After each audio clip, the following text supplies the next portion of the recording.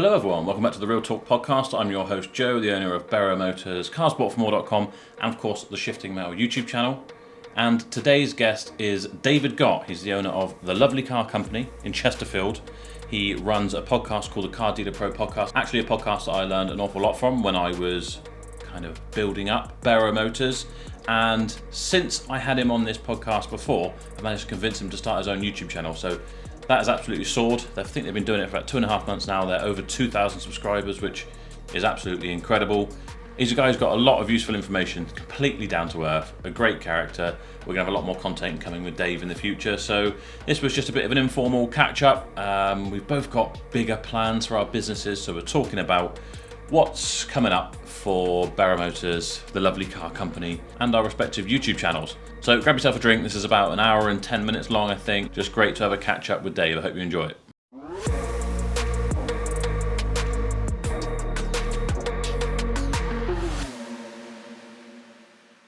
So how's it going, mate? Yeah, I'm all right, mate. Are you you more recovered now? Have you licked your wounds, or are you still pissed off? No, I'm not that pissed off. I think something better will come along. It's fine. It wasn't the greatest thing, and what annoys me is that I got blamed for it in a sense. Do you know what I mean? That they were like, "Oh, it's because it took so long. We gave it to someone else and whatever," and it wasn't. Yeah, but whatever. Yeah, they were just using excuses. Yeah. I probably shot myself. We dodged a bullet. Yeah, probably. Do you know what the thing is I've been looking for a long time, maybe like 6 to 9 months, to find a place for this MOT centre, and this thing came up, and I was like, it's not great, but exactly. It'll do. Let's do it. And it'll do. Yeah, exactly. You shouldn't be buying anything where it'll do. I know, but they're just meeting a bird and going, she'll do. Oh, she'll do. You know what I mean? It's not gonna. Yeah. Not gonna fly. I know, but I thought if it was quick and we can get on with it, at least we'll do. We'll make whatever of it. Especially we can have that side bit. Yeah. And then it took forever, and like you said, it is like picking a bird. She'll do. The beer starts wearing off, and you're like, especially when I went back for my second visit, it looked tiny in there. I forgot. It's amazing how it looks smaller when you get there, doesn't it? But yeah, definitely. You've dodged a bullet, definitely. Did you have any was it on your mind all the time? I'm only asking you this for myself, like this pitch that now I'm committed to buying it, but leading up to it, oh God, the moments of doubt were there all the time. Were you like that with this, or were you like, yeah, I'm going to have it? I wasn't at all. I was completely relaxed about this, but maybe that's because I didn't care about it. Because when I got and pitched the sales site where I am now, moving from a little unit, if I put this in video, I'll put a picture up of me, because I'm like nearly 18 stone now, but I was under 10 stone. That's how worried I was. I just didn't eat. And I was so there was just me and one guy that I employed, would going from having 10 cars in a field and little industrial unit to having a site that needed work, and it had workshops, and it had existing customers that were going to turn up from day one and start expecting us to do stuff.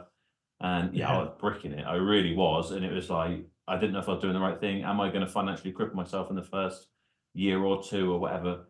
I think now that I've proved it to myself, the next one is like, I'll make it work. I'll make it work.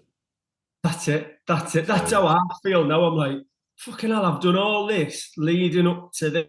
If I don't do this, I'm just going to regret it. So that now I'm like fully committed for getting this this garage and that. So I'm going to remortgage the house. I've got a student house that's going through. To be fair, that's what's lifted me. This student house, the money's coming in the bank on Thursday. Oh, okay. I should have 60 grand. So I've got 60 grand. I need to find another 104. I'm going to remortgage the house, get 120 out of the house. Okay. And then I can probably take the rest out of the cars. Or I can get it if you can really find a way, can't you? That's the great thing about once you've set yourself up and you're in cars or whatever. If you do need 20, 30 grand or whatever, you've only got to sell a few cars to have that cash if you need it for a short term. Do you know what I mean? I'm glad you're doing it. I think I think you regret the things you don't do more than the things you do, and you'll make it work 100%. Definitely. The things that scare you the most are the things that you've got to do. Yeah, 100%.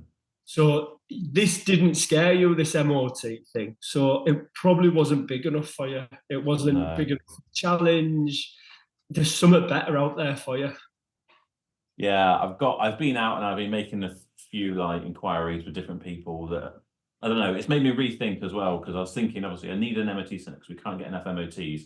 And the MOT centres that we do use, they don't give you time slots, they aren't reliable enough, they can't give you enough.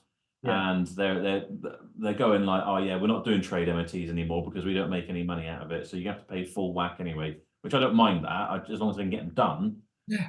So I wanted to do it so that I could cover my own MOTs, but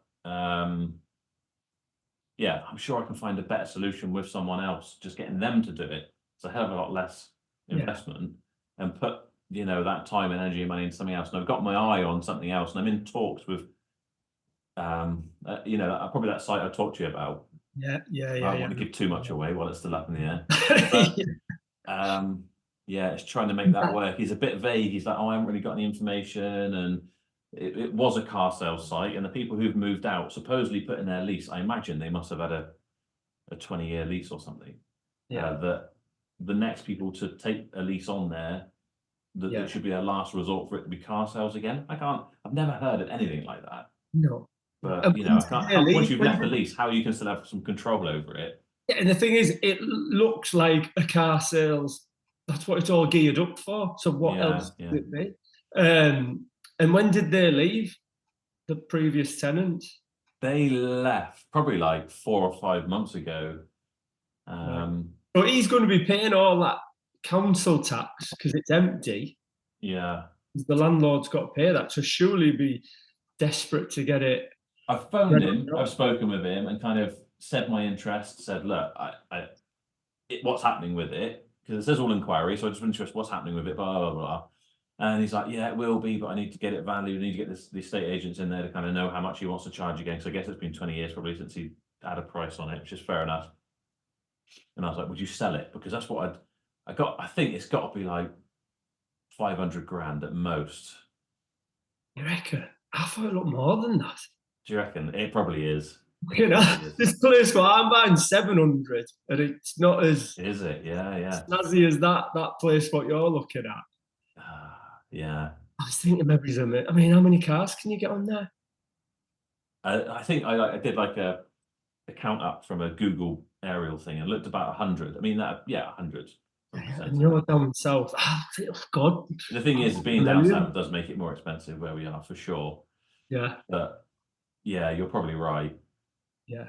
The thing is, the fact that it's got a petrol station on it is a godsend, because it stops it from being easily made into houses. Exactly. Because they've got to do all the soil samples and all that sort of stuff. I know people who've done it before. Yeah. And it's just a nightmare. So that puts them off right away, because it's hundreds of thousands and getting that sorted. Yeah. So they're unlike, because if it did it would just go into the stratosphere value-wise, gone. But yeah, I don't know. Funnily enough, taking a leaf out of your book, I'm going on the James Sinclair podcast at the end of the week. Yeah. So I'm going to say to them about it. Brilliant. Because, I just get his advice on, because I've done what I do. I know what I would do in that scenario, which is what I've done. I phoned him up. I've had a chat with him. I've registered my interest. I've said, I'd be interested in buying it, especially if you'd like to sell it. Because I'd have to figure some way out. Sell my farm, sell my house, whatever. It's got a flat above. Make it work, because I feel like it'd be worth it. And then he was, I'll get back to you, and he didn't. I thought I need to chase up with him, so I did in the new year. In fact, I think I did as soon as that MOT thing fell through. I was like, right, I'm gonna send him an email, just checking out, is what's any news, because I'm still very interested, etc., still trying to be really positive and whatever about it. And they come back saying, yeah, well, still the same, still don't know anything. Hopefully know at the end of January. But my ass starts going like this. I'm like, I don't want to miss it, because someone else comes in and says, I'll give you this price and that price, and it just gets done before I get a chance to enter the game. Do you know what I mean? So I'll see what his advice is on how he would go about, because he's Mr. I buy businesses and all that sort of stuff. He's going to be buy it. But what I think he'll say to you is, don't sell your house.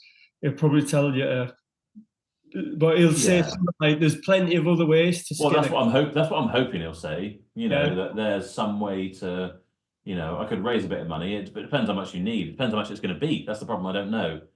yeah, that's it. How much are you putting together as a deposit for 700 grand? 210 grand. Okay. So, so when I spoke with James Sinclair, all the stuff that he said, I was against it. He was like, "Yeah, all you're gonna have to do is remortgage your house, put your because I've got like 7 rentals, put Mm. them up as equity." And I was like, oh, "I don't want to do that. I don't want to have a massive mortgage." So I put my house up for sale.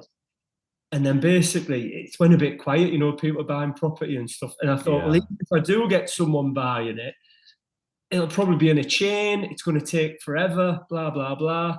So I just thought, fuck it, let's work out how much it's going to cost to remortgage. Basically, I didn't realize if you remortgage your house, you can put part of it on an interest-only mortgage as well. Right. Yeah. So 70 grand might be going on interest only and the rest as a repayment. So the mortgage is going to be about £1,400 a month, which isn't that bad. No. It's not that bad at all. I mean, I'm only paying like 600 but 1,400, and I'm going to pull out 100 odd grand. So I'm like, fucking hell, yeah, I'll do that. That's good. So what's that, about a 6% rate or something? 5.4%. 5.4, yeah. So they're coming down the rates. Yeah, well, as you know, I got this bit of land, farm or whatever, it seemed like, it still might be a great idea. I might get a house here one day or whatever, but it's probably at this stage like 200 grand in cash, just dead. Oh, just sat there. Yeah, because when I bought it at auction, you remortgage it? I looked at, if you see, the only thing I can get is like a commercial mortgage, and I got a price before, and it was 10% APR interest only. So for 100 grand, you'd be paying £1 grand a month, basically, or whatever. Yeah. I was just like, fucking hell, that's a lot. Yeah. But maybe there's something where you incorporate that. I don't know. This is where he's like the finance guy. That's all stuff that's like way too high frequency for me to concentrate on. So I need someone who's good at that sort of thing. Because I could scrape it all together. If I was to sell everything, I could make it all happen, no problem. It's ideally. How long is it going to take? See, this was my problem. How long is it going to take you to scrape everything together? It could take a year, couldn't it? Yeah, yeah. Well, it depends on how much you need, how much whatever, but yeah. And then the next worry would be like, all right, okay, yeah, I've lined up to buy it. I've now got to have twice as much stock. And then you can find the money for that. And I've got to fix the building up and all that sort of stuff. We're both on the same wavelength. I'd go to sleep at night and I'd be like, in my head, I'd think, I've got the money. Like I'd worked out to get the deposit, and then I'd be like, how the fuck am I going to get 70, 80 cars on there? I forgot about, and then you're concentrating on getting over the hurdle, and then it's But you will. But then the other thing is, you could sell cars under like 7 grand. You could I probably have to start. You have to bring the value down, which would be great anyway, because they'll turn over a lot quicker. You probably just find bloody hell. You'd have a lot of headaches with warranties and stuff. Well, give it 2 years, you'd be back up to like the price range that you want to be in. But what I have learned from this is that and you said something as well about I'd go and live in a shipping container if I had to, and that stuck with me, just to get the money to do something. And what I have realised is this job, this business, is what I do live for. The thought of getting, like, I could sell all the cars, get a lovely nice house, paid off the mortgage, but it wouldn't fulfill me. I'd be like so bored. But this year, the thought of like putting everything on the line, even going back to DJing, I'm thinking, right, if I'll just do a Saturday night, and that Saturday night will pay for half the mortgage, or whatever. But it's given me that energy again, Like you always need I don't think at what age you get, you always have to have something you're striving for. Yeah, I think so. Yeah, I think in recent years I've only just convinced myself that I've probably got like a bit of ADHD, and that's not a bad thing. But I need something to whatever. It's probably got me to where I am, not understanding what it was. But I used to hate myself for kind of like being laser focused on some obsession for 6 months and then changing to something else, and then not getting really good at anything. Do you know what I mean? But pretty good at a lot of things. And I used to hate myself for that. But now I'm like, well, actually, I know quite a lot about a lot of different things, and I can talk to a lot of different people. But the thing is, I always need something new and fresh. And when I've had other businesses in the past, they've kind of hit like a plateau, and I can't really do much more, I feel, with those. But with this, I just feel like we can always get another site. You can always add a workshop on. I've added on the transport, I've added on the car buying, and obviously doing the YouTube and stuff like that. So there's always something so it always keeps me interested. And I think if it gets stale and stagnant, the whole business is going downhill, it's. A really good metaphor is, because I'm into running. So when I used to run all the time, I'd get bored of just running. Or if you go to the gym, you get bored of just doing weights. Yeah. This business is like CrossFit. It's like a bit of everything. It takes you forever to work out how to do CrossFit properly, because there's so many different parts to it, and it keeps you motivated. And that's what this job is. Exactly what you're saying. You can always improve. It's like the aim. It's like Gary Vee always says. Have you heard of Gary Vee? Yeah. He's like this fucking influencer about like doing what you love and all this shit. And he always says, he's a bit annoying, but he's really good at what he says. And he says that his aim is to own the New York Jets. So he aims for that because he knows it's such a hard task. He says he knows that if he does get the New York Jets, then he'll be depressed. But he's aiming for that because it's unattainable sort of thing. Yeah, and that's for this, I'm like, let's get a car supermarket. Do you know? Yeah, exactly. That reminds me of, what's that actor called? He's always bloody shirtless and whatever. Matthew McConaughey. Oh, yeah. He did one where it's like, my hero or my goal, my hero, whatever, is me in 10 years' time. Because the good thing with that is I'm always trying to be that person in 10 years' time, but I'm always moving along. So they're always 10 years ahead of me. So I never lose motivation. So that's the same sort of thing. But the good news is I'm really looking forward to being on with this James, because I listened to like a lot of I didn't know of him until you went on there and you put it on your podcast. And the amount of people that he gets on there, and they're like, I've got this business and I'm doing whatever, and he's like, do you want to expand, or do you want to have a lifestyle type of thing? And they're like, well, and he kind of like coaxes them almost into being like, I want to expand. He's like, great, okay, well, I can give you some. It's like, whereas I'm going to go on and be like, yes, I want a monster. I want to own the world.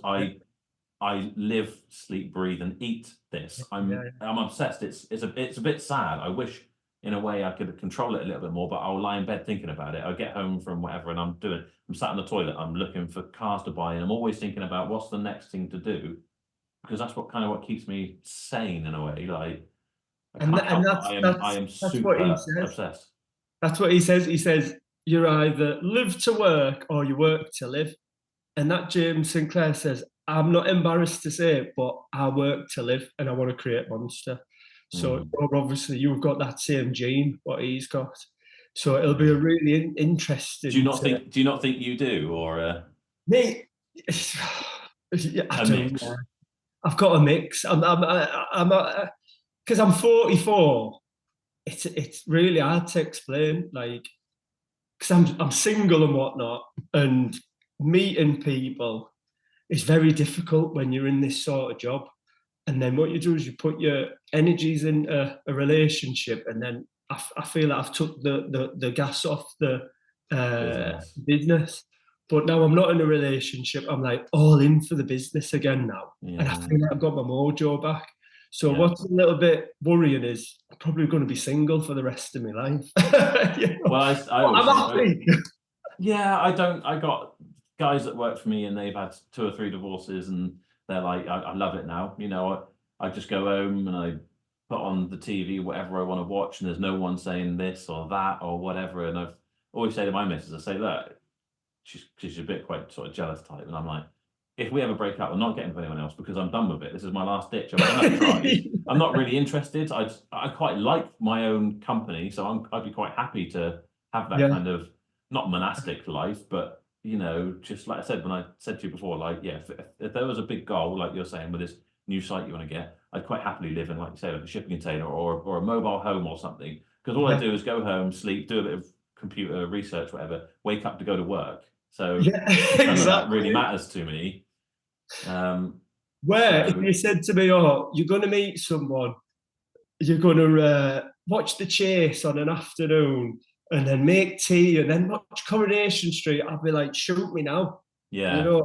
fade So into just oblivion of just pointlessness. yeah, that's it. Yeah, no, it's not. It's not for me. I'm sure it's not for a lot of No. people, but But going back to what you're saying, I'm not. I don't think I want to do a monster. I am a lifestyle person, definitely. So yeah, I'll be happy with 100 to like 150, 200 grand a year profit. I've got no, quite, I don't want to be like making a million. As long as I can just have enough to have a nice life, we've got nice holidays and all that. So I know really deep down I am a lifestyle entrepreneur. yeah. I think maybe I'll find out at some point that I am, because the funny thing, I'm not motivated by money. There's nothing I want No, really, that's it. Yeah, but you I said just that. want to achieve the thing that gives me the sense of satisfaction and That's kind it. of contentment and whatever.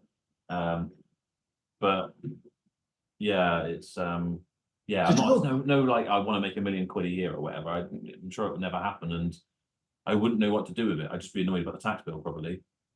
Yeah, So yeah, definitely. And would but you like to have kids and stuff then? yeah, I would do. Yeah, I've always This wanted is why to. my outlook on life's probably different because I've got two kids. You see. Yeah. So yeah, 100%. But yeah, I do. I have always wanted to, but I do wonder these days. I'm 36 in a few weeks.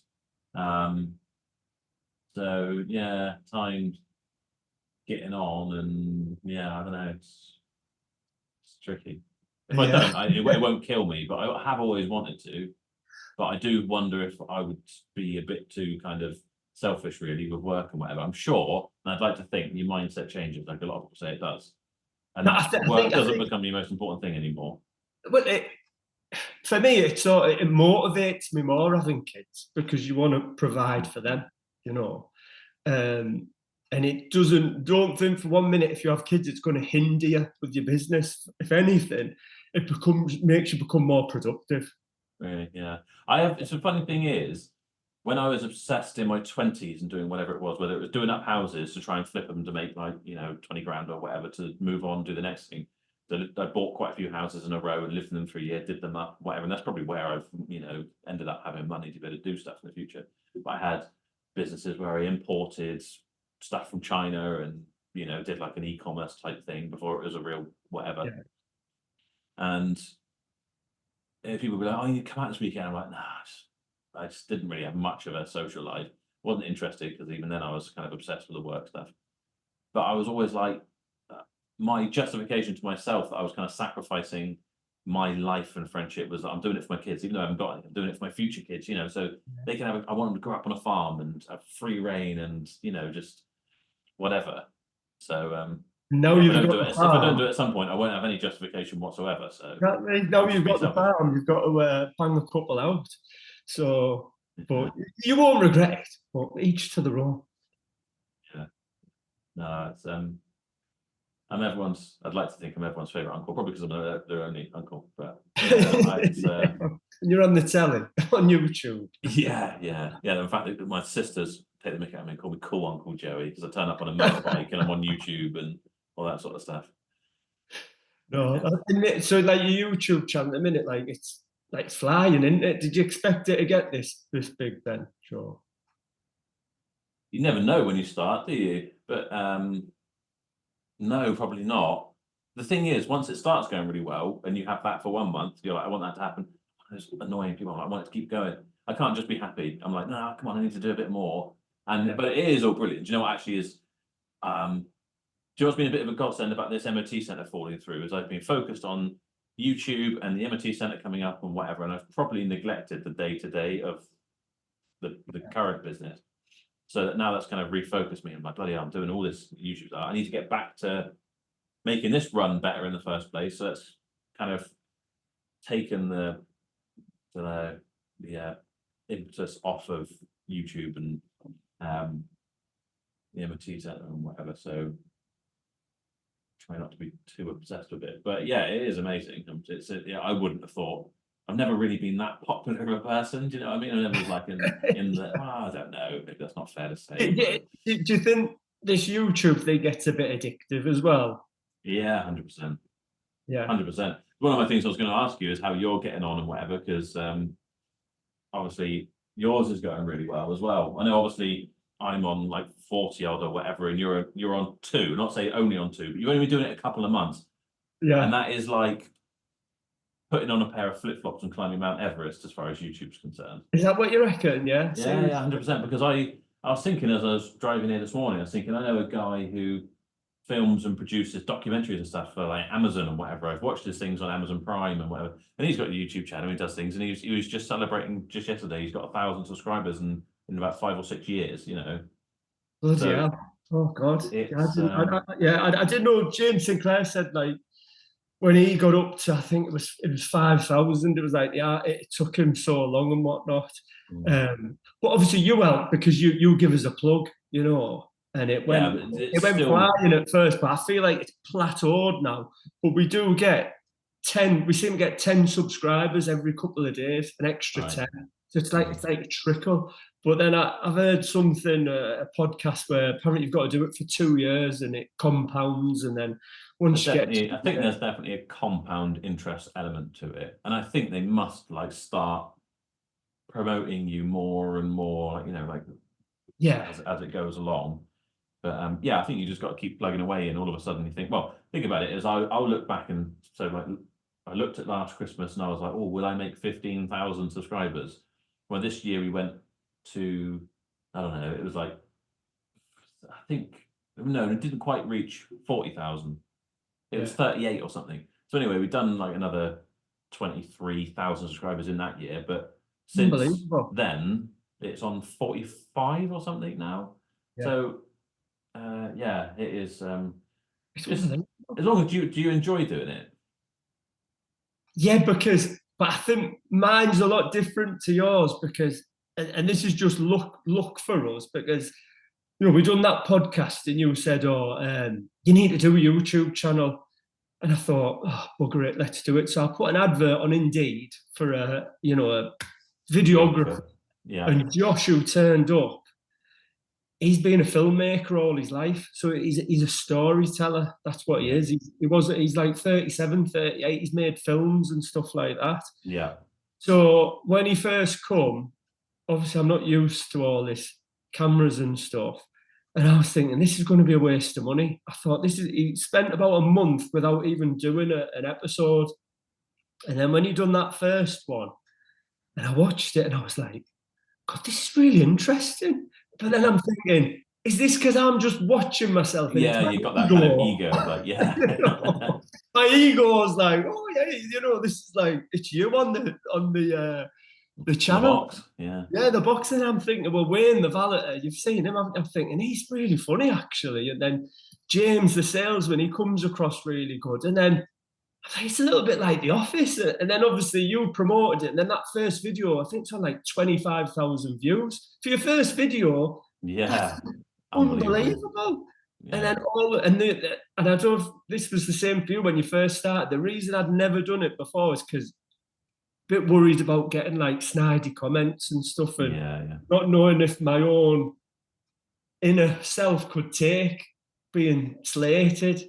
But luckily, all the comments we've had, like 99%, are all just beautiful. Everyone's loved the channel, and everyone's got loads of nice things to say. So then that motivates you to do more.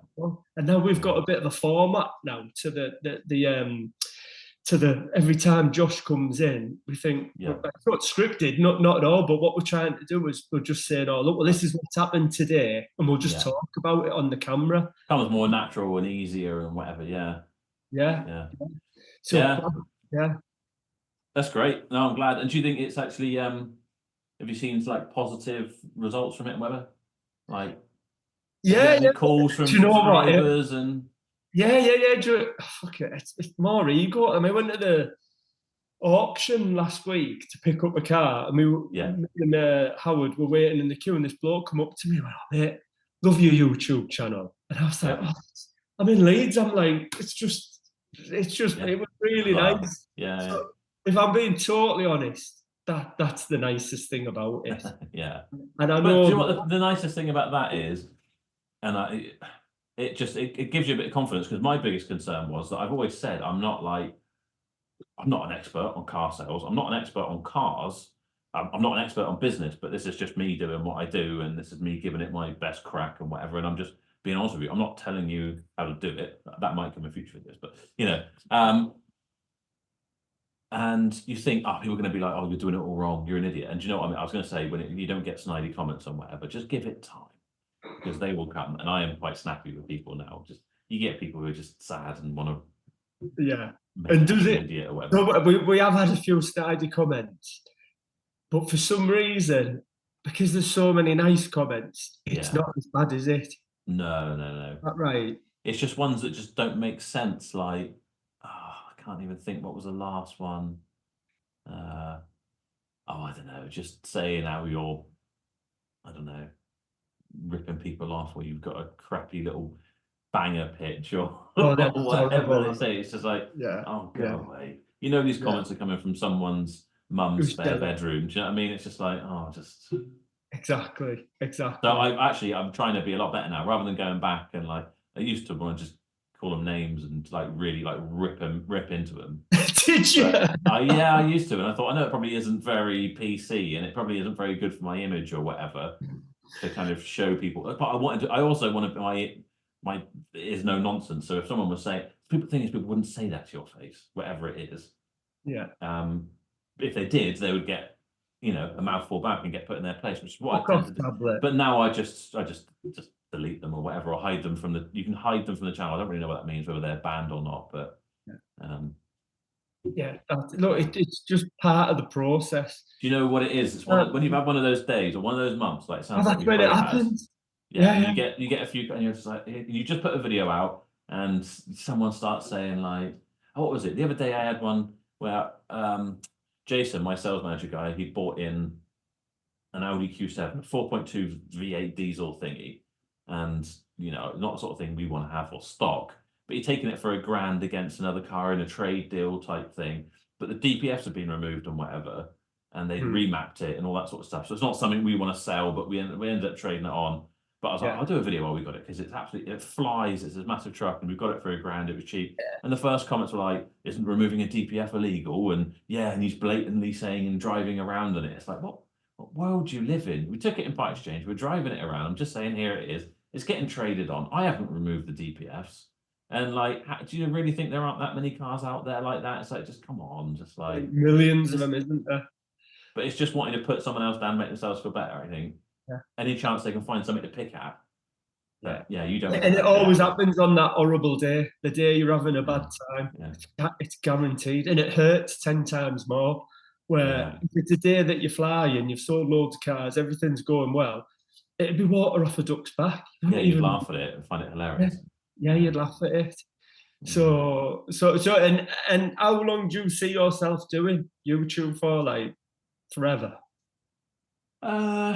Yeah, I feel like it almost could be like a retirement type thing. Do you know what I mean? There's like, I want to keep building my business and get it bigger, and that's my main kind of thing, and film along the way, because I think it all helps. Maybe when you get to a certain level, it all helps with like marketing and whatever. It's about, like that James says, it's about the best thing you can do, really. I think people know who you are, and people like, it's like networking, isn't it? It's networking, exactly. But it's online networking. Yeah. But I want my job to be like, I want, say, like Jason doing all the sales. If I get this other site, have him running all the sales with another salesman or a couple of salesmen or whatever. I probably end up employing too many people, because how many cars have you got on your site? And you've only got, what, like 3 people working there? It's like 50. At the minute, it's about 50 cars, and there's me, James the salesman, Wayne the valeter, and that's it. Yeah. Doesn't matter, because I got 2 valeters, 2 mechanics, 2 drivers. I got 2 salesmen essentially, and a full-time videographer, and me. And we've only got, less than 50 cars probably in stock most of the time. I mean, all right, we do the mechanical work and we do the transport and whatever. But I feel like. And is the mechanics, is that better money than the cars then? No. No. No, I think no. I don't know. Maybe if you were flat out and you were really on the ball with it and whatever. I'm honestly at the point where now that we're not getting the MOT center, I feel like just sack it. It's difficult because you can't just say to, well, I suppose you can, but it's just shooting yourself in the foot, really. Saying to all the kind of retail garage mechanical work customers, like, we're just not doing it anymore. We need to Well, you're just concentrate going on to our stick. sales cars. Yeah. Yeah. Because it pisses me off that I'll come out and I'll be like, right, can we just get this car through? It needs, I don't know, whatever, wheel bearing and a tyre, and it Yeah. can go across for its MOT. And oh, we got so and so's cam out in today, and that's turned into a nightmare. And I'm just like, and all right, maybe we'll make a couple £100 out of that, but I can make £2,000 out of this car. So Yeah. it's nice if you can do all of it, but the bigger you get, the more everything needs micromanaging, and I can't micromanage everything. So you try and put someone in place, but all the different things are different, and finding someone who can do all of it, is. Well, I know somebody who's got similar setup to you, where he does local, like he does the cars on his pitch, and he does street work. So he sets 1 day a week just for his retail cars. So every Monday, no retail work gets done at all. It's just the cars from the business. Well, the way we've got like like that. Online diary thing. So I've literally got, like, as in bays. So one bay is customer work and one bay is internal work. So for our warranties and our prep and whatever. So that's how it should go. But it just, things drag on, and then they get, it just. Yeah. But the way it is with car sales, it's ebbs and flows. So you might be all sort of booked up, and then all of a sudden you need 6 PDIs and 3 services. One of them needs a cam belt, and one of them needs a couple of tires, and it all just kind of bunches up. Yeah. So it always comes. Yeah, you say, oh, that car's fine, then the customer comes along, even if it's got 30,000 mile on. They say, oh, can you do the cam belt for us, and I'll pay you. And then you feel like you just say, oh yeah, and then that funnel at the top at the garage is just full of rubbish, and it's hard to get all them jobs done. Yeah, so it's tricky. I'm at the point of, do I hire like an extra? And I do, to be fair, I get messages all the time, like, can I have work or whatever? I guess I've already seen one thing that's really nice is I hear on the videos all the time is, like, it looks like a really nice place to work, you look like a nice boss and all that sort of stuff, and obviously they're right. But so I do get emails every once in a while, like, oh, if you got anything for this, because I might say, oh, we need another driver or whatever. So then you get emails, but maybe just someone who's not a full mechanic but knows how to do tires and brakes and things like that, because I don't know whether I dedicate one person just for prep and warranty, and it's tricky. I guess maybe, I don't know. I don't know whether to scale down, keep it simple, and just to our stuff and cater to the stuff that makes us the most money, which would be sales, or try and keep all of it going. But it's just, if you've done more your stuff, then maybe you could increase your stock to like 50, 60 cars. Exactly. And I got the parking out here at the farm, so I could have like another 10. If they were all prepped and ready to go, they could be there, and you do appointment only for those cars because they're off site. Yeah. But it's just getting to that point, getting through. So to have those 10 parking spaces, we need to get rid of the 10 cars that are there that are dead. So I need someone to do those. So see, for me, having more cars, well, actually, so I had a bit of a bad time last, after Christmas. We spoke about it, didn't we? Like, all the warranty work came in. I've just got so many cars on we had 60 cars, but 20 of them I'm not happy with. I need to get them gone. So sometimes what I'm trying to say is having more cars isn't necessarily better for you. But you've got, if you are going to have more cars, just stick to the cars that you like selling, that you know about. Because the mistake I've made is I've racked them up, I've stacked them up, thinking, oh, more cars, more sales. But you know what? Sometimes it isn't like that. No, you need to have the quality.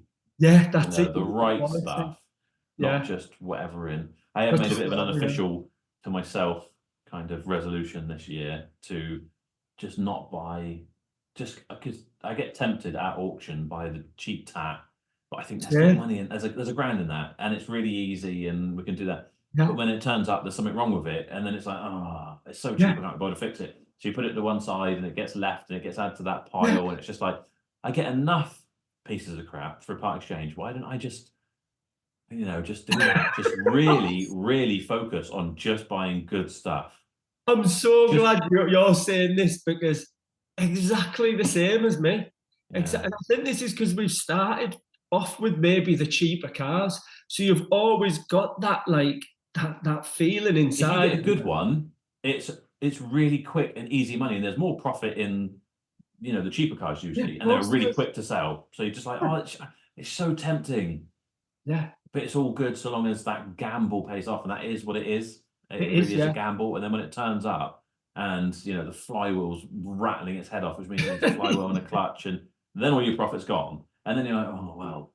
And then you've got to wait for it to get in the workshop. And then once they start doing that, then they're like, oh yeah, but all the brakes are shot as well, and it actually really needs all tires if you're going to sell it. And it's like, there never was any profit in that car, and I just made a mistake by buying it. And I could keep throwing good money after bad, but why would you? In the end, you'll end up worse off. It's really hard, as I probably listened to on your podcast before, just taking that bitter pill and just being like, I'm going to lose $2,000 on that car. Yeah. But that is the cheaper option. And than fixing it, and quicker. Mentally, it makes you feel so much better.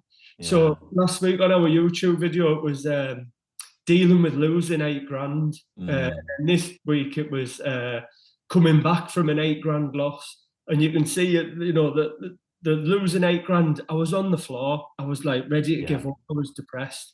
Then the week after, I've got rid of the Land Rover that I've lost $3,500 on. I've got rid of the Mocha that I've lost $3,000 on. And do you know what? I feel great. Yeah. I feel amazing. It's like the great reset, I guess. Yeah, that's it. Yeah. And now I'm going to claw that money back, because I'm not going to make them mistakes again. What you've just said about buying the cheap, shitty stuff. Get it on Trade to Trade. Get it on that Part X Gold. That's a good website at the minute. Yeah. And then just get shot of them straight away.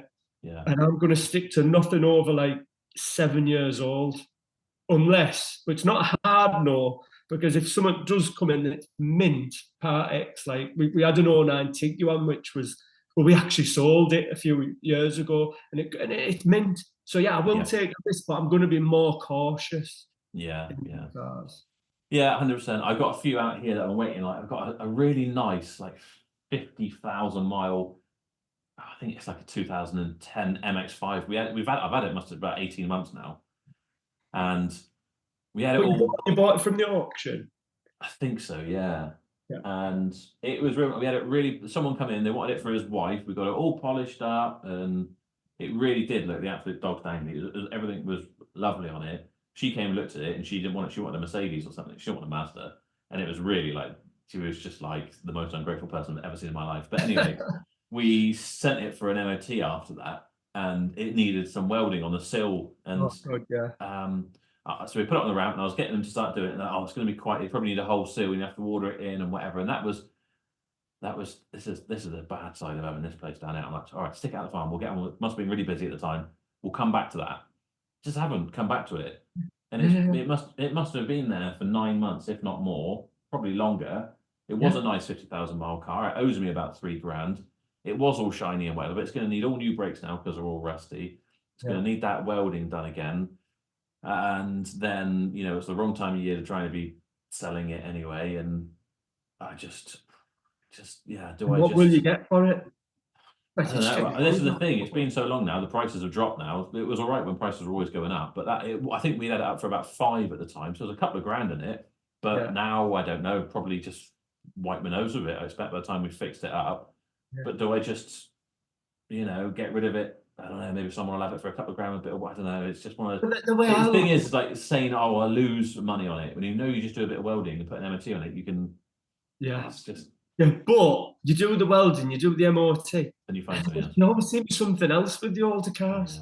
Yeah. There's an engine management light comes. It's just, and then in your head you go, "I'm never doing this again," and then you do it. I think once again, I need to take a leaf out of your book and just have that big reset. Just get rid of them at whatever cost. You will not regret it. Honestly, you look at like your monthly accounts or whatever, and you think, well, we're making money, so it doesn't really matter if we lose a bit. Just rip the Band-Aid off or whatever, and then That's That it. And mental, yeah. something you've just said here, what has tweaked me. So I've got a little. I rent a storage place down the road, and it's a little bit like yours, a little farm place. Get about 8, 9, 10 cars on there. Yeah. And I thought, great, if I get 10 cars on there, it's more cars at the storage, more cars at the pitch. But you know what I've worked out? Having the cars down at that storage, you just forget about them. You Yeah. forget about them. Out of sight, And out of mind, 100%. yeah. So I might get rid of that storage and then just have higher value cars with, well, you'd like to think more profit, but desirable stuff that's going to sell quicker. And Not always. That's the thing, isn't it? I always thought, my theory's always been that not always the case. People think, oh, if you're getting up to selling more expensive cars, you must be making much bigger margins. The margins for me haven't always been that much bigger. You might make some on some, but you're getting less headaches. Yeah, that's it. Customers. Yeah. You know, and you might, like say, you might get the finance, and you might whatever, and even they might even sit around. They definitely will sit around longer than the cheap £1,000, £2,000 stuff. But yeah. But it should be giving you an easier path through life with the more expensive stuff. That's it. You've hit the nail on the head. Yeah. I always remember Rory when I did a podcast with Rory from RS Car Sales, and he said about when he started selling the newer stuff, you know, they don't need discs and pads half as much. Yeah. You know, they don't need tyres as much, you know, and when you do look at the reports online and you check out the tyre treads, you can just tell by tyre treads if a car's been looked after or not. Yeah. You know, Mannheim or BC, and it says Bridgestone. Even that gives you an idea, doesn't it? It's been looked after. Yeah, 100%. But the thing is, you don't want to pay too much money for it. That's the problem. Everyone wants that. Everyone wants it. That's the thing, yeah. But there's no more, when it comes to auctions, there's no more competition for any type of car than there is for that cheap stuff. You know, when you go to, I don't know, do you go to physical auctions anymore? Or? No, I haven't been one in ages. But I know what you mean. The cheap stuff, everyone. People are just all over it. You know, so it's just. Yeah. So it's even more risk when you're buying online, because if you manage to get it for what you think is a cheap price, probably means everyone in the hall has looked around it and gone, oh, fuck that.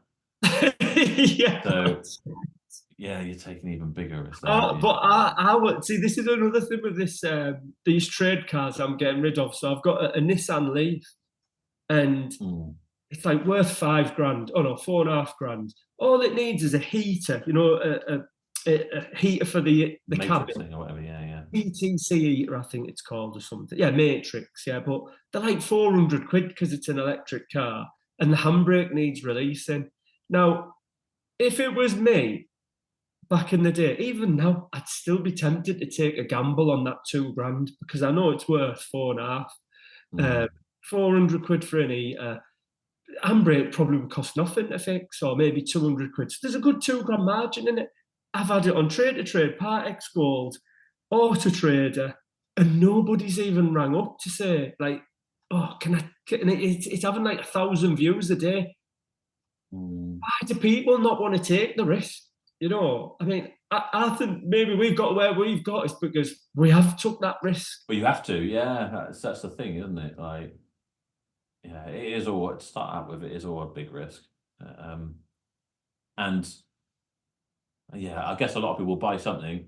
And what I find funny is people talking about auctions and stuff sometimes, and they'll be like, yeah, it's all crap. I bought a car from there and the flywheel was rattling or whatever, or a brake caliper was or whatever it is, something that made this car completely whatever. And it's like, all right, and how many more did you buy and try?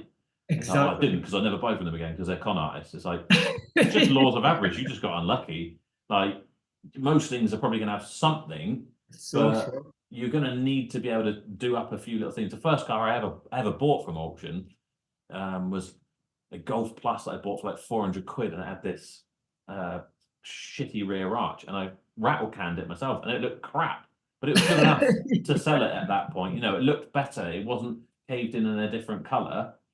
But yeah, people just, yeah, I hate the whole easy path to whatever. There's not an easy way to anything that's worth doing. I want a car that needs no work, and I want you to have done the cam belt, and I want you to have done the service, and have you checked all this? This is buying it as a trade sale, and I want to then take it away and make £1,000 on it. It's like, well, no, if I'm going to do all that, I'll do it myself.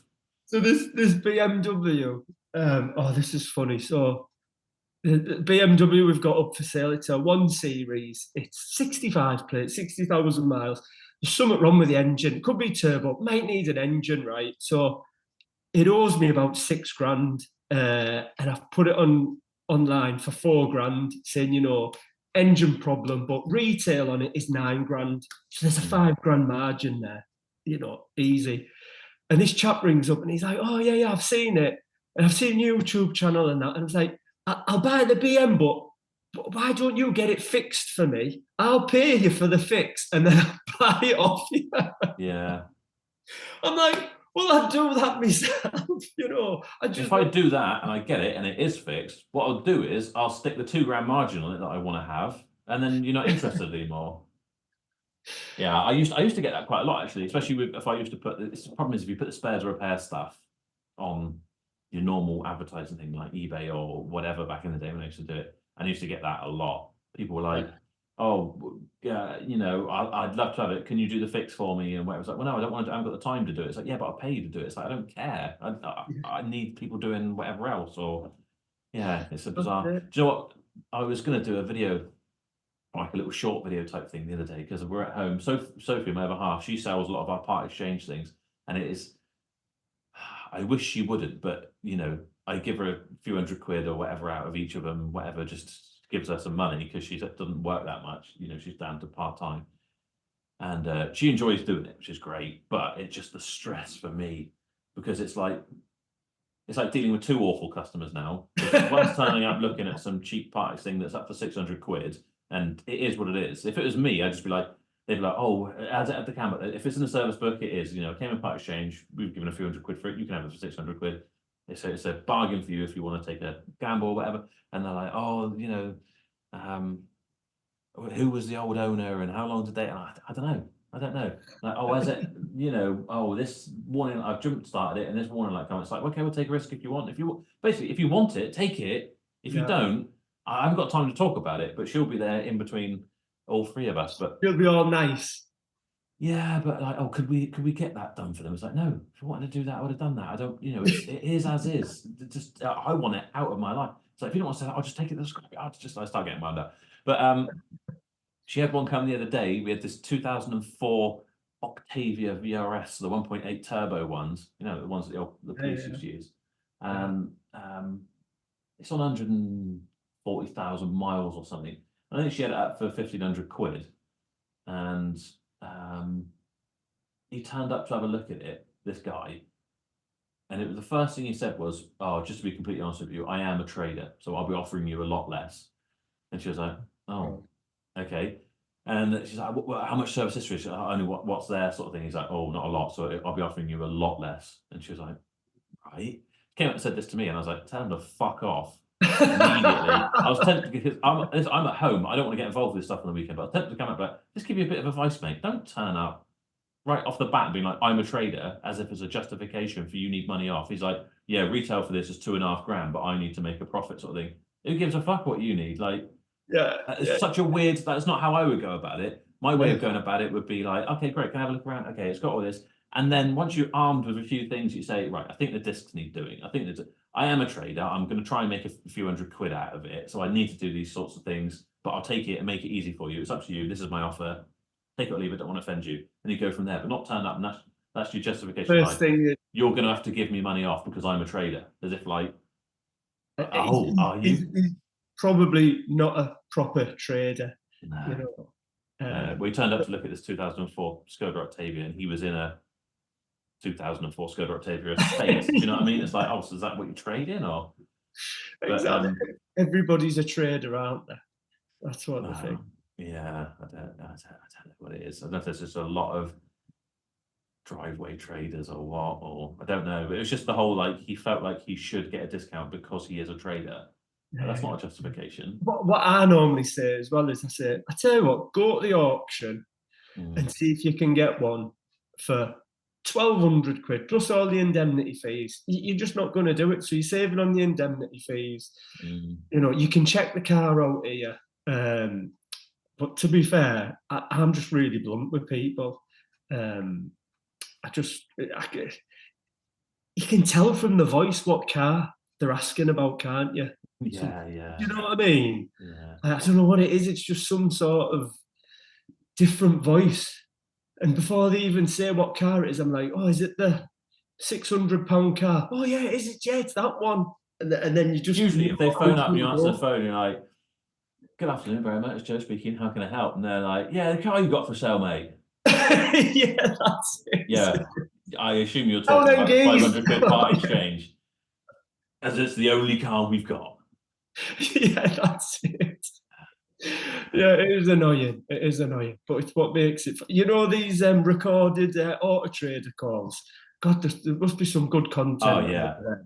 You yeah, know. 100%. Yeah, our weekly coming up next week. There was one. This is from a garage, but Dan, who's kind of like our workshop manager guy, was on the phone. He's trying to figure out. It'll all be on our thing next week. But basically, we took it to an ECU people because it had this weird ABS fault. We couldn't figure it out. We couldn't get it to talk. They looked at it, said the ECU sat in water. We'll change it for 500 quid. You get a new ECU in and whatever, and then that'll be sorted. I'm like, okay, got it done. Again, shouldn't have sold this car. It was a part exchange that came into us. It was a 2007 BMW, and we sold it on again. Jason, my sales manager, he's like, "There's money in there. I'll sell it." And whatever. I'm like, "All right, you deal with it." But then I got to deal with it when it comes back, I guess. But anyway, we did that. But it went in with 90,000 miles and came back with 147,000 miles. Oh So we're shit. like, "Oh, right, can we bring this back so you can get this mileage right?" The guy's kicking off. He wants his car ASAP. And they're like, "Yeah, okay, bring it back, do it." Brought it back, left it with them. They're all happy. The next day, he phones up and he's like, "Oh, just chasing up if there's any update on that." And it basically turned around that our phones do recording and I should find it. Basically, he was like, "Oh, well, obviously it's been clocked." He's like, "Well, I don't think it has." And he's like, "Yeah, well, it wouldn't come up with different mileage. That's been picked up from the ECU or whatever, blah, blah, blah. And you've obviously clocked it and whatever." And like, we definitely haven't. And all the mileages and everything tally up. So I can't see how that should be the case. And my guy was just like, "Do you not take a record of the mileage beforehand? We just want it to come back with the same mileage it had when it went out." And the guy was like, "Don't tell me I'm going to do my job." And he literally told him, "Oh, shut up." And it went on and on. And my guy was normally quite hot headed, but he was actually really calm. And in the end, I phoned up and I was like, "The boss, happen to know who the boss is." I'm like, "He needs to phone me." And yeah, they got it wrong. They'd converted it from miles to kilometers or something. And oh yeah, they were like, "Yeah, it tallies up perfectly." So it definitely is that. It's like, also we didn't clock the car then, it wasn't us. And who was it? You who was talking? No, he's gone home, sort of thing. And I'm like, it's not good. Yeah, the things you hear is unbelievable. It's annoying. But have you ever had a phone call where you've lost you've had a really bad day and then you've lost your temper with someone? That's what I always try. When someone kicks off at me, I think maybe the wife left him this morning. Yeah, Maybe he yeah. walked in on her with someone else. I always try to tell myself The that. closest I've had, I don't know if I've definitely got uppity with people. Just trying to think what I had some crank caller phoning up at one point who was telling me I was swearing too much on the videos or whatever and using the Lord's name in vain, and he just wouldn't stop phoning, like 20 calls in a row, and he wouldn't talk to anyone else. And I was just like, I didn't actually get funny with him, but yeah, he tested my patience quite a bit. But we had one guy come in and he bought a sort of 10 grand BMW off of us. It was quite a nice thing, low mileage coupe, whatever. And he was a roofer. And he kept just going on, "I make £800 a day as a roofer, and I'm here wasting my time looking at this car, and I want to, whatever, making out he's a fucking Billy Big Potatoes, basically." I'm like, "Oh, okay, cool, whatever."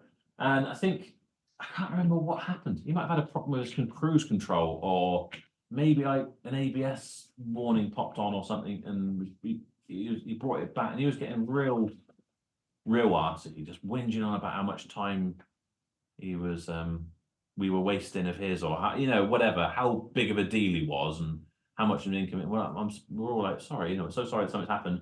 It was all checked," whatever it was. And I think it was something of nothing in the end anyway. I think his warning light had gone back off again, probably gone for a puddle or something. But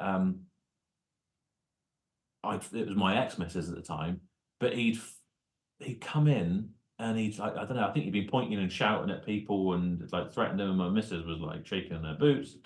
And it was just being a right boss. So when he next phoned up and I got him on the phone, and I was like, "Don't ever come in here and threaten people and whatever." And I kind of And I was like, I don't care if you make 800 quid a day out of whatever and you've bought a 10 grand car. You've seen the car pitch. This is before I had any stock, and I was like, I own every single car in. I'm not impressed by your fucking money, mate. Like, we're trying to help you out. Just like, do you want me to help you out or not? You're being a prick. That was the worst I've ever been. But people just want to. I guess you get to see all walks, people from all walks of life.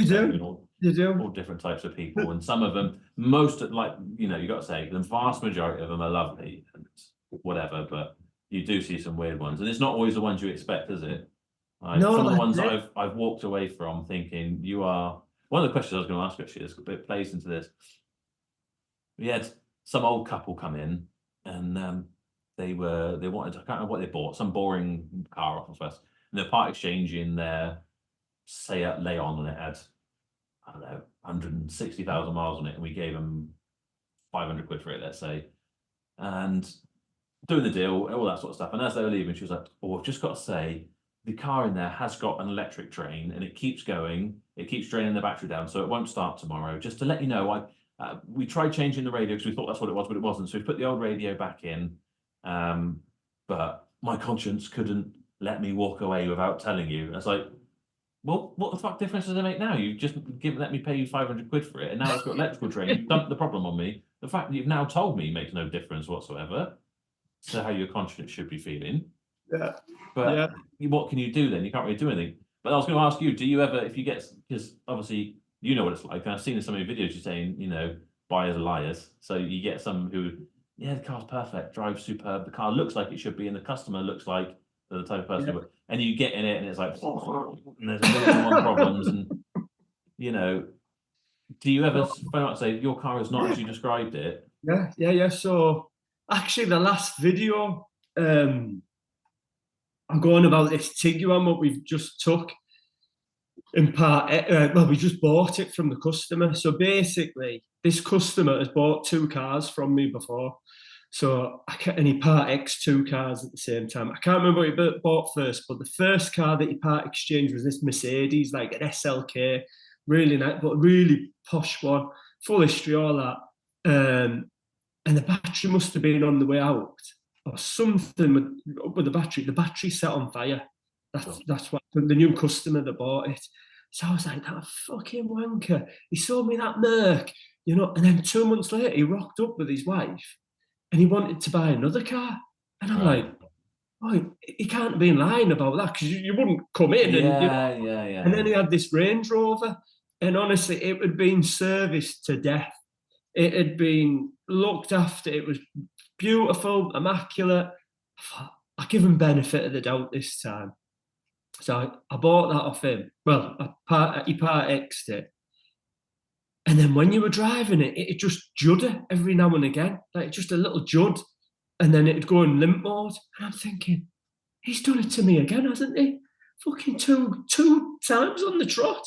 So this time I was really pissed off, and I rang him up. And I said, I think it's called Ken. I was like, Ken, I'm really sorry, but this Land Rover you've part X me, it's juddering, and it's doing this and it's doing that. It's like, honestly, Dave, I didn't know and all this. And I thought he was going to say, oh, look, I'll give you some money towards it. And he was just really charming, really nice. And I was just like, all right, fair dues then. Maybe he's not lying. I couldn't bring myself to do it, right? So then last month, he turns up again with a Tiguan that he bought that we part X the Range Rover. And as soon as he turned up, I went, I don't want it. I don't want it. It's too old. It's an 09 plate. And he went, it's automatic though, And I went, let me have a little drive it up the road then. I drove it up the road. And me and James were in the car, and I was like, I sold him this car. He's done 7,000 miles since he's had it. Surely he's not lying this time. So I came back, and there was nothing wrong with it. I gave him $3,000 for it, and I sold it for 6. So that money that I lost on the Range Rover, I've made it back, haven't I? But what I'm trying to say is, I don't think he was lying about that Land Rover. I think some people, you've got to remember, we're in the trade, and we're listening for every little sound. We get in a car and we're listening for a rattly flywheel, a gearbox, and I genuinely think some people drive cars, and if they do a little jud every now and again, they just think, oh, well, that's part of the car. That's just what it is. Yeah, exactly. You Do you know know, what? I know exactly what you're saying, and sometimes it makes me feel like, not that I tend to be involved nowadays, but say you get someone to bring a car in, you just want to buy it, or they're going to part exchange it, and they're like, "Oh yeah, it's lovely, it's perfect. You feel free, go out, drive it, take as long as you want. I know it's a lovely car," and you come back and you start saying, "Well, the clutch is slipping." I don't know if you noticed that the revs are going up and whatever, and you kind of, it's all true, these things that you're saying, and I think one of the brakes is binding on because the wheel's really hot and whatever, but and you start and you feel like you're doing the conning salesman pitch. You're not. You're just telling them the facts, but they're just completely oblivious. And they're like, "Oh, I didn't know that." And I think you think, how can you not know that your clutch is slipping like crazy? But everyone drives differently, don't they? And you just feel like you're ripping on it. And I always be like, "Do you want to come in the car with me and I'll show you? And I'll show you that the wheel's hot." And they're just like, "No, no, no, I believe you." But you feel like you're. it's so awkward. This is this is feeding into these commenters online. The thing that we're ripping off all these old ladies and whatever. Yeah. And then other people put comments like, "Why are you so stupid for part X in that car?" Yeah. And it's like, but getting my shoes on a typical day, and then some old lady was really nice and whatnot. And you just, what do? Do you say to them, "Oh, look, just take the car to we buy in the car"? Because that's what we've sort of going down. Sometimes we have done, yeah. Sometimes we have done. My philosophy is that I want to buy everything, but it's got to be at the right price. So if we say to him that, no offense, but your car's rough as arseholes, so we can give you scrap money, a couple £100, because we might be able to do something. But it might be able to trade it on, make £100 or a couple £100 or whatever. But if not, then just not interested. If I can't scrap it and get my money back, then I don't want to deal with it. And even in that case, I'm sure a lot of people are like, "Well, that's this extra work. But I can call a scrap guy who'll come and pick it up." But otherwise, I'll be like, "You might get more at We Buy Any Car, go and do that." But like you say, the stuff that's like that Q7 we took the other day, and someone's like, £1,000 for that with no DPFs, not of my money. And I'm like, well, you're lost then, because we sold it for 3,750 a day later. So did you trade it on lost for out? three? You've lost £2,500. Who's the idiot? It's like.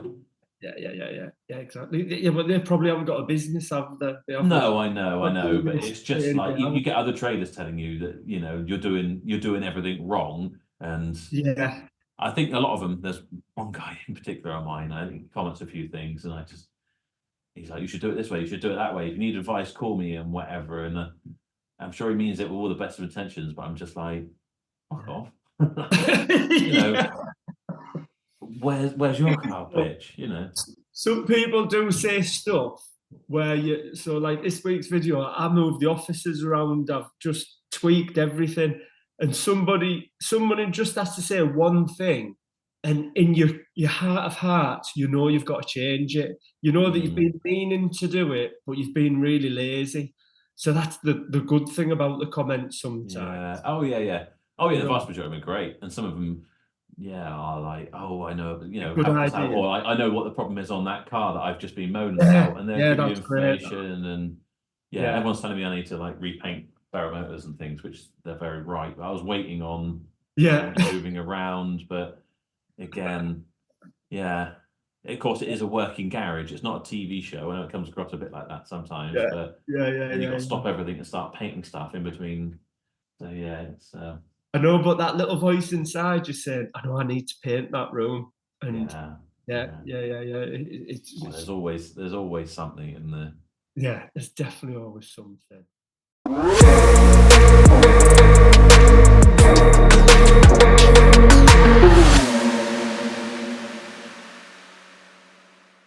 Right, so that was our chat with Dave. I hope you enjoyed it. If you did, make sure you check out his YouTube channel, Car Dealer Pro. You can find his podcast as well. It's called the Car Dealer Pro Podcast, very handily. And if you're looking for a car in the Chesterfield area, then make sure you check out the lovely car company as well.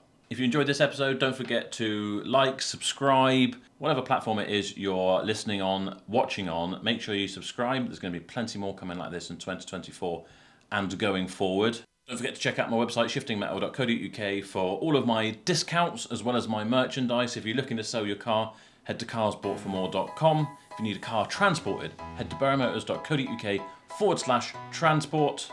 I think that's everything I've got to tell you. Thank you so much for listening. I'll see you next time.